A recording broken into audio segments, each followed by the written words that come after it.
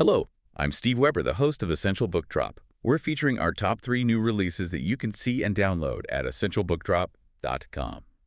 Happy Wednesday, everyone. It's October 15th, 2025. With me, as always, is my co-host and my bookworm sidekick, Cassandra. Good morning, Cass. Good morning. Ready to jump into some books? Absolutely. We've got quite the mix today. A really diverse stack, I think. We're going from, well, something incredibly heavy and real to pure action, and then something quite philosophical. Yeah, it's definitely a journey through different worlds today, from, like you said, a really raw memoir based on current events, then straight into that high-stakes thriller territory. And finishing with a bit of magical thinking almost. Exactly. But, there's maybe a thread there. Testing limits, physical, mental, even ethical limits seems to pop up in all 3. Interesting point. Okay, so let's start with the one that definitely carries the most immediate historical weight. We're talking about Hostage. The author is Eli Sharabi, and the genre listed is Biographies and Memoirs of Terrorism Victims. The sources are pretty clear. There's an unflinching stuff. Yeah, unflinching is the word. And what strikes you immediately is the timing. This isn't history reflected on years later. It's almost instantaneous documentation. Right, like a dispatch. Exactly. He's recounting 491 days. 491 days in Hamas captivity. It's a first-hand look inside those Gaza tunnels, starting from October 7th, 2023. It feels less like just a book, more like, well, a testimony. The way it began. The sources detail his abduction. Dragged barefoot from Kibbutz Be'eri, while his wife, Lianne, who was British, and their teenage daughters, Noiya and Yahel, had to watch. Just horrific. And you have to remember, compounding all that is the tragic loss of his family while he was captive. Yeah, the source material confirms that, which adds this whole other layer of just devastating context to what he endured in the tunnels. Absolutely. So it wasn't just the physical side, the starvation, being isolated, the beatings, which is awful enough. It was also this constant, crushing psychological assault, often in total darkness, The book really forces you to confront what it takes just to stay sane. And that internal fight seems key. Yeah. The analysis really focused on his psychological resilience, that refusal to just give in. There's that quote from the book itself that's incredibly powerful. I refuse to let myself drown in pain. I am surviving. I am a hostage in the heart of Gaza, and I'm getting out of here. I have to. I'm getting out of here. I'm coming home. Wow. Yeah, that really captures it, doesn't it? It's the core. It shows survival as an active choice, not just passive endurance. It elevates it beyond just cataloging suffering. Exactly. It becomes about the human will. And the sources are definitely picking up on its historical significance, not just seeing it as a survival story, but as a really critical document for our time. Yeah, the comparisons being made are significant. They're mentioning works like Elie Wiesel's Night, or even the kind of perseverance you see in Unbroken. High praise, and it seems to be resonating. It's the first memoir out by a released Israeli hostage, and apparently the fastest-selling book ever in Israel. That speed tells you something about the need to hear this story. And interestingly, the source material mentions faith. Not necessarily like organized religion in a big way, but this internal belief. Like a personal power source. Yeah, exactly. That thing that led him keep refusing to surrender. The strength, the hope. It's not abstract here. It's survival tools. The book isn't just asking how he survived, but maybe. What does it mean to stay human when everything is trying to strip that away? Heavy stuff. Definitely a book that makes you stop and think. For sure. Okay, so Quite a pivot now. We're moving from that kind of intense historical reality and resilience to something completely different. Right. Survival against a more hidden enemy. Think corporate, maybe military, malice, pure adrenaline time. Unnecessary gear shift. Okay, so next up is Fault Line. This is book 14 in the Rachel Hatch series. 14th. Wow. Yeah, she's been busy. Authors are L.T. Ryan and Brian Shea, and this is squarely in the military conspiracy thriller genre. Pure escapism, high-stakes action. Okay, the setup sounds pretty classic thriller. Protagonist, Rachel Hatch, trapped.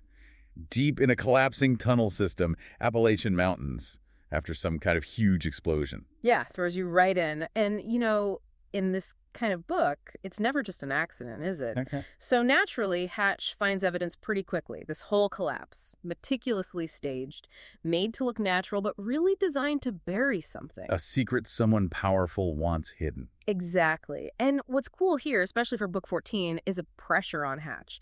She's fighting to physically survive, right? Rubble, keeping others alive. Echoes of the survival theme from the first book, but different context. Totally. But at the same time, she's basically conducting an instant investigation under extreme duress.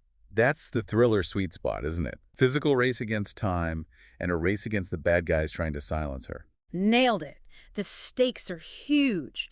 Protect the survivors, find the proof, get the truth out, all before the conspirators.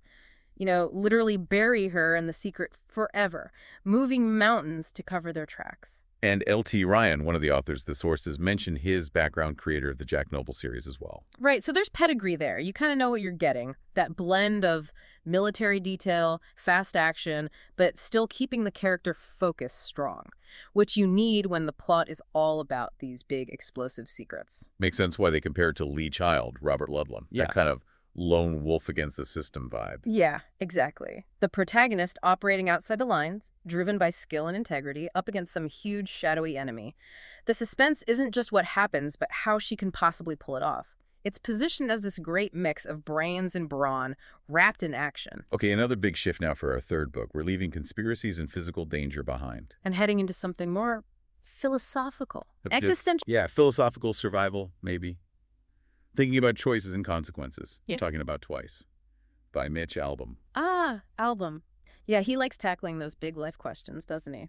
This one's listed as coming of age and time travel science fiction. But the sources really frame it as a love story, fundamentally. A love story about regret. Interesting frame. Okay, so what's the premise? It's pretty unique. The main character, Alfie Logan, discovers at age 8, no less, this magical ability. He can rewind any single moment and live it again. A do-over. Whoa. Okay, that's a power. Right. And initially, the sources say he uses it exactly how you'd expect a kid, then a teenager, to use it. Fixing embarrassing moments, saying the right thing. Totally. Correcting mistakes, avoiding those cringy adolescent moments, and maybe more significantly, taking stupid risks knowing he can just hit rewind if it goes bad. Gives him a kind of reckless confidence, I bet. Seems like it. But then as he gets older, he starts using it in his love life, trying to engineer the perfect outcomes. Uh-oh. Sounds dangerous. Well, he falls deeply in love with someone named Gianna. And the relationship seems great, fulfilling, until years later, his eye starts to wander a bit. And that's when the power reveals its dark side. Ah, there's the catch. Knew there had to be one. That's a big one. The sources call it the critical caveat, the twist. Here it is. Yeah. If Alfie undoes a moment involving love, or like undoes a relationship itself, Yeah. that person can never fall in love with him again, ever. It's permanent, like an emotional scar on the timeline. Oh, wow. Okay, that changes everything. Completely. Because now, every choice involving love is potentially irreversible in a way nothing else is. If he gives in to temptation, even for a moment, and uses the power... He could lose her forever. Exactly. Or even if he uses it for a good reason, like saving her from some mistake, but it undoes the moment they met or fell in love. Same result. The power that was his safety net suddenly becomes this massive threat to the most important thing in his life. That's a brilliant dilemma. Really elevates it beyond just a time travel gimmick. For sure. And the way the story is told is interesting, too. The sources mention this frame narrative. Okay. It actually starts years later. Alfie is old, sick, and he's been arrested. Why? For supposedly cheating at roulette and winning millions. Huh. Okay, didn't see that coming. So this detective is interrogating him, trying to figure out how he cheated. And it's through Alfie explaining his real story, this magic power, to prove his innocence. That we, the readers, get his whole life story. Exactly. We uncover his past, his relationship with Gianna, and how it all leads to this strange conclusion at the casino. It grounds the fantasy element in this kind of police procedural reality. Clever structure. An Albom style described as enchanting probing. Yeah, enchanting, probing, clairvoyant even. It's not like he uses this time travel idea to really dig into commitment, consequences, the choices we make that we can undo. Makes you think, if you could erase every bad choice, would you risk erasing the good stuff too? Pretty much the central question, I think. Oh, and one quick note, the sources flagged the audiobook. Apparently, Mitch Albom narrates it himself, and it's supposed to be quite charming. Oh, that can add a lot when the author reads it.